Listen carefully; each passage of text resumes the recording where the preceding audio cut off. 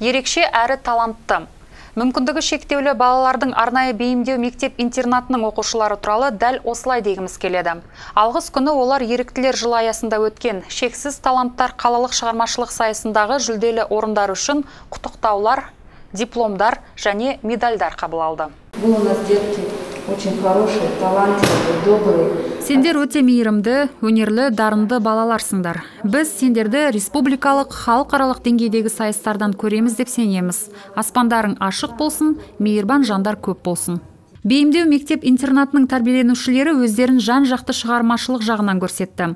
Вдохновение вокалдық ансамблінің аға тобы бірінші орын үшін, кішісі екінші орын үшін марапатталды.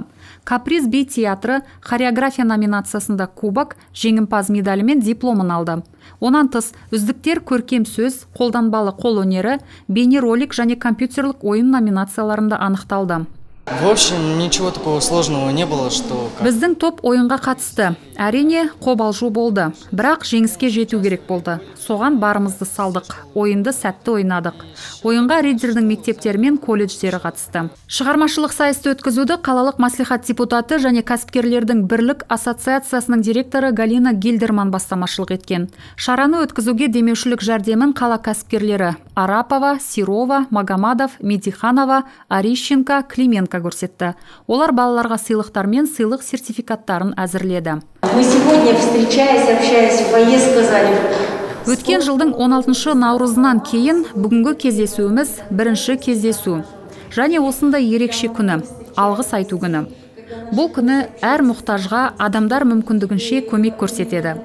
Барлық оқушылардың атынан, қашықтықтан білім алып жатқанға қарамастан, бүкіл билік өкілдеріне, ел басшыларына қойған мақсаттарға жететінімізді айтамын. Және бүкіл педагогикалық ұжыммен балалардың атынан көрсетіліп жатқан қамқорлықтарыңызға, назарларыңызға үлкен алғыс айтамын. Пандемия тезірек кетсін, сайыстар, кездесулер көбейсін, өйткені олар біздің өмірімізге позитив сыйлайды. Тағы да үлкен рахмет. Жеңімпаздар бүкіл санитарлық нормаларды сақтап марапатталды. Наградалармен, сыйлықтармен бірге балалар көп жағымды эмоция алды. Немқұрайсыз ересектердің қолдаулары мотивация береді.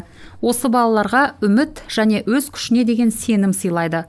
Осындайда ешқандай шектелген мүмкіндіктер олардың дамуына, жеңулеріне, шығармашылықпен айналысуларына тосқауыл болмайды.